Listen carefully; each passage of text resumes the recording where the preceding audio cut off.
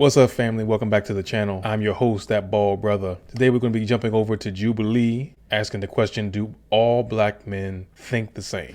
Let's get into it. I am expected to have a big dick. Yes, yes. Short answer, yes. That is something that is synonymous with black men. We always have had that stereotype, that mandingo thing going on. I'm going to say that all these brothers damn well better get over to the agree. Strongly agree at that. Let's see what they do. You better keep walking. Nobody disagrees. Yo. Yeah, I feel like it's a stereotype. And we know that stereotypes aren't realistic, but personal encounters, I don't feel like there's leeway. I feel like, okay, that one we're keeping. Like that's what the general notion is. I think it gets into the issue of positive and negative stereotypes and how people need to realize that there is no such thing, because what you do is you put people into a box where they're expected to live up to a standard. And I feel like it's over sexualizing black men. You know, you should want to date someone more for the pleasure physically that they can bring to you.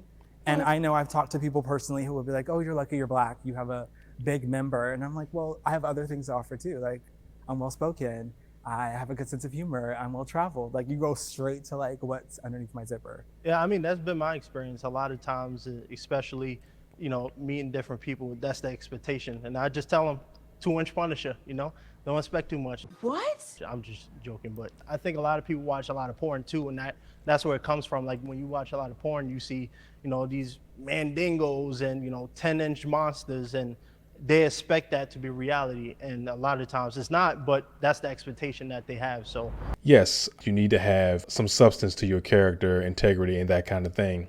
But having a big dick don't hurt. Black men cheat on their significant others far more than other races. Oh.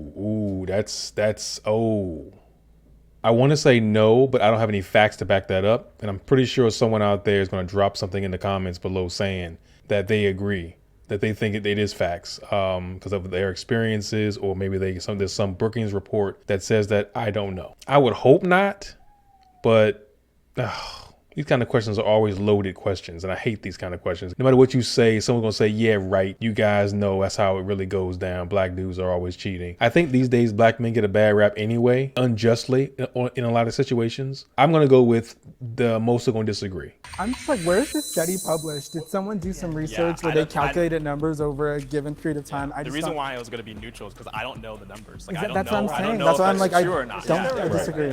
So I came this way because of the keyword far more. I was like, do black men cheat? In generally, like you're not apt to not cheat because of the color of your skin. To prescribe this to race feels nefarious in a way that I feel like it was coming from a place of somebody that got cheated on by a black man. Like, it was like, yeah, black men cheat all the time. Come on, this doesn't even make sense.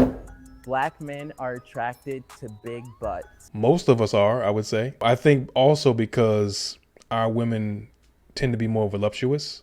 So I think that that's why people assume that black men like big butts. I'm going to say strongly agree. Do we agree with that statement, or do I personally?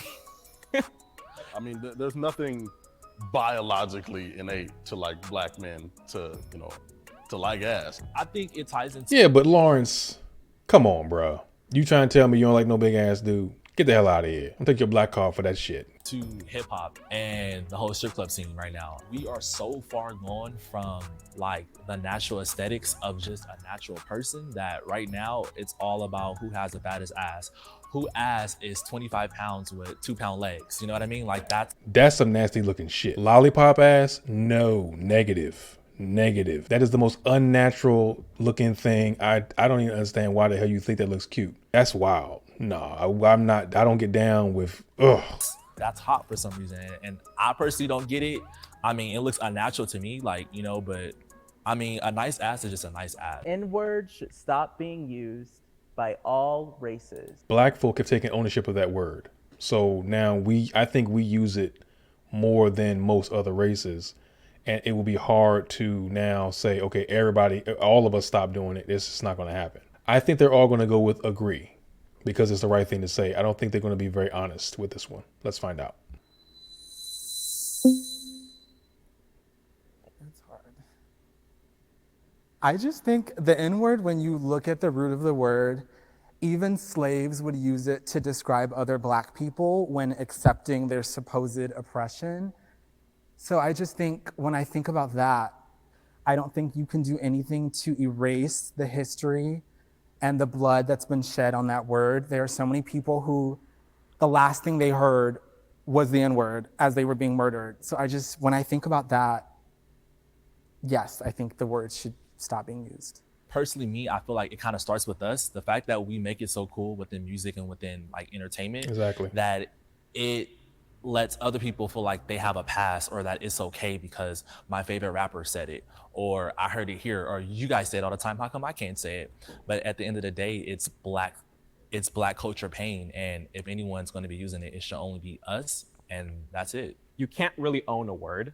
I think, we can own it in the sense where it's a Black cultural thing, but the idea where we kind of make it out to where we say like, oh, other people can't say it, I think that's more of like a insecurity within the Black culture of not being able to hold power, because historically, it's like, right, historically, Black people didn't have as much power, so we're trying to hold on to literally a word that only has meaning because we add meaning to it. I mean, respectfully, I ain't trying to hear that, right? Like, I feel like the only reason it's policed so much, and I feel like the only reason we even have like this debate or this debacle over whether we can use it or not is because we're Black people. Right. And I'm not one of those people that think everything is racist and all that, but if we use it, why can't we do that all the time with a bunch of different things? And I don't think this should be one of the areas where we're like, yeah, let everybody, nah. Even in that, it's just one of those words that the connotation behind it. It's just been so synonymous with negativity. And the fact that we were able to transform it into a term of endearment speaks to our culture.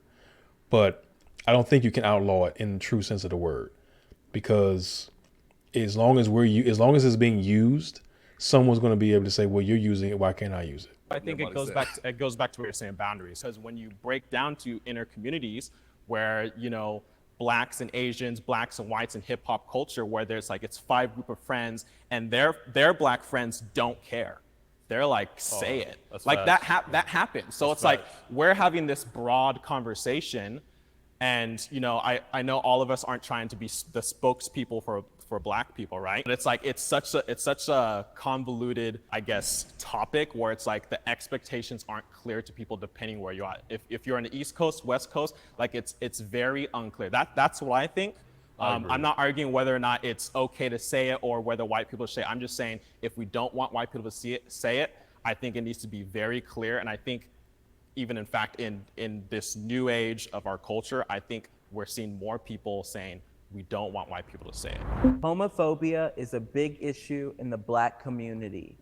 I feel that, Black men are held to a certain standard, and males acting feminine is frowned upon highly in the Black community. A lot of us Black men, we will rather be friends with the homie that, probably has a rape attached to his name than the homie that's part of the LGBTQ plus community.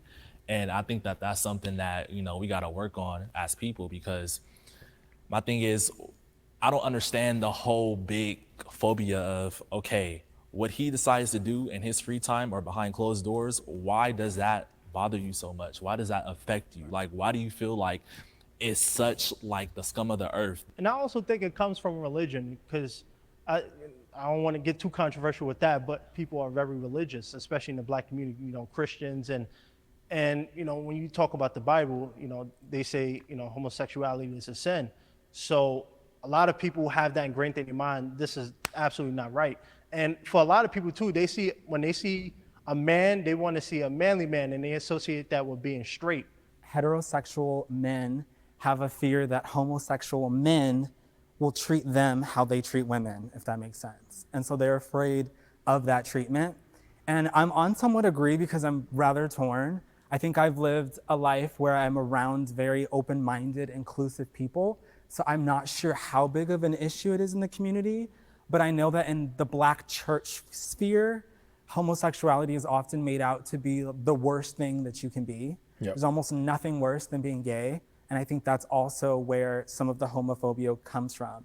We like to ignore all the other sins, all of the other things that the Bible outlines that are not, holy, and then we just take homosexuality and we make it the worst. Granted, Yeah, I didn't think about that part with the church part of it. That's correct. The church is heavily against it and will have no problem telling you that. You can't be pro-black and date a white person. I'm going to be a little controversial with that one. I understand why they say that, because if you're pro-black, then you should be dating women within your community. That's the belief. At the same time, I'm of the mindset that you love who you love. I don't believe that skin color should determine who your forever is. I believe that if someone happens to be a different color, but they treat you well and do everything else, that's your prerogative to go with that person. I would prefer to date and marry a black woman, but I also recognize that maybe that's not in the cards for me. Maybe I'll meet somebody who is not black, but they treat me well. We get along great. Sex is off the chain, all that good stuff. So I'm not opposed to it. Does that mean I'm not for Black lives, or I'm not supporting the black community? I don't think that it should be a prerequisite that whoever you're dating determines whether or not you're black enough. I think there are a lot of non-black people that support Black lives in the community and are for black issues and genuinely in support of that. So I don't think they should be penalized because they're not necessarily black. I think they're going to agree. Oh, snap. I think really the issue with this statement is, for me, if you are a stand-up person and you stand up on your morals and your character, it doesn't matter who you date. And I think Exactly. a lot of the issue is a lot of people get into, interracial relationships, or they date white people and they forget who they are. And if you are pro-black, it doesn't matter if you're dating a black person, a white person, because you can date a white woman and a black woman and still not even be for the cause. So I really think it's up to the person. Correct. If they stand on their morals or not. Correct. I agree to a certain extent, but personally, I feel like if you're pro-black, you're pro-black for everything. Like, you're for the advancement of the race, you're for businesses, you're for everything black. So it's kind of hard for me to understand how someone can be pro-black and want so much for, the black culture and the black race, and then they're in a relationship with someone that doesn't represent that, So are you saying that if you are black and you're pro-black, you cannot act on attraction to someone from another race? Personally, I'm not pro-black, but in my mindset, like, I'm saying if you're pro-black, you wouldn't even want to cross that line and even engage in a relationship with them. Attraction is attraction. It has nothing to do with whether or not you support a community. I think we get too busy in the labels thing. I think we get too hung up on that. Again, I'm not saying that black women should not be loved on and treated with respect. I'm not saying that. I'm just saying that if you fall in love with someone who happens to not be black, you shouldn't be crucified for that. I mean, black folks make up 13% of the country, roughly, and a lot of the time we live in concentrations. So, you know what I'm saying? If you in Iowa, it's gonna be a little tough to find you like a black woman, especially somebody that might identify as pro-black with you. So I think it depends on what you do, not who you decide to be with. Correct. My first response to that is like, what's the point of looking at people differently? It's like we get upset that people do it to us in generally, like looking at black people and judging them and stereotyping them and making assumptions about them.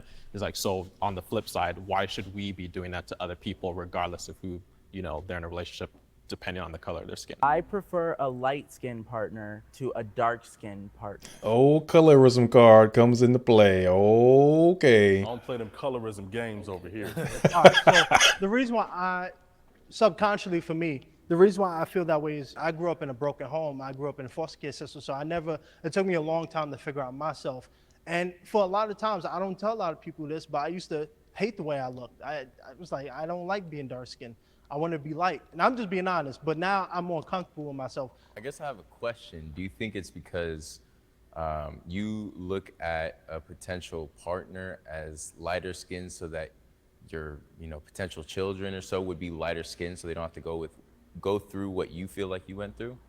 Nah, at the end of the day for me, I'll marry whoever I seem fit. So it really doesn't, to me, matter about the skin color, but I will admit, subconsciously, I do think, when I see a light-skinned woman, I actually, look a little longer, or I might linger a little longer, or be a little more interested, just because of, that consciousness that I had growing up. So it's not something that I say that dark-skinned women are far unsuperior or light-skinned women are more superior.